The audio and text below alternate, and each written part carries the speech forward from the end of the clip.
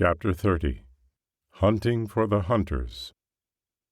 With the activities of the day, an afternoon of snooping around among the truffles, a long evening meal followed by drinks at the cafe, Paolo was still in a fog the next morning, so the banging of the door woke him from a deep sleep.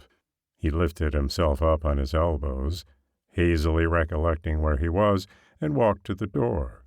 Pulling on the handle, he expected to see Stefano, but Paolo was surprised to see the more diminutive Rita standing on the threshold. "Did you forget?" she asked. "Stefano and I are leaving today," Rita continued, "and we want to talk to Giorgio and Bruno before going to the train." "Si, certo," he mumbled. "Sure."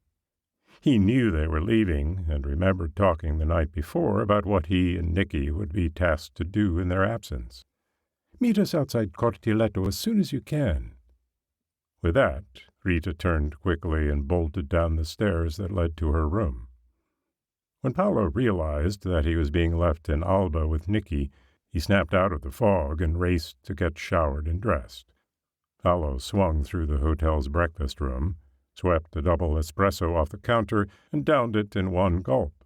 By the time he reached the sidewalk, all four were present, including Francesco, whose presence reminded him that he would not be left completely alone with Nicky. "It's important that you and Nicky keep trying to find some truffles," Rita said, looking back and forth at the two. Francesco was listening, but not looking at Rita. Just as well, she thought. He had no ties to Ristorante Girasole.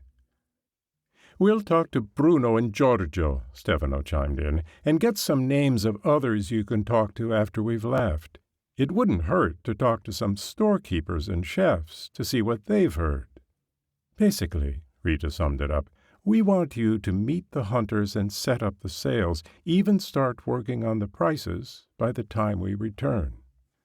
They started off down Corso Michele Copino toward Via Gastaldi, and Rita waved to a person up ahead. "Giorgio is over there," she said, pointing at a middle-aged man with scruffy clothes, mildly unkempt hair, and a canvas hat pulled close upon his ears. They crossed the street to meet him, and were soon joined by Bruno, another hunter who was close friends with Giorgio. Bruno was slightly better dressed than Giorgio, but there was no mistaking that both of these men made their living from the earth. "Buongiorno, come stai?" asked Rita. "How are you?" "We bought truffles from you last year," she said, addressing both Giorgio and Bruno. "And the year before that," added Bruno. "What is the price this year?" Stefano asked. Both of the men regarded him with sheepish looks and seemed reluctant to reply. Finally, Giorgio responded, quoting a price that was nearly 3 times last year's. Haggling began immediately, with Stefano acting suspicious, and Rita responding like she had been stung by the price.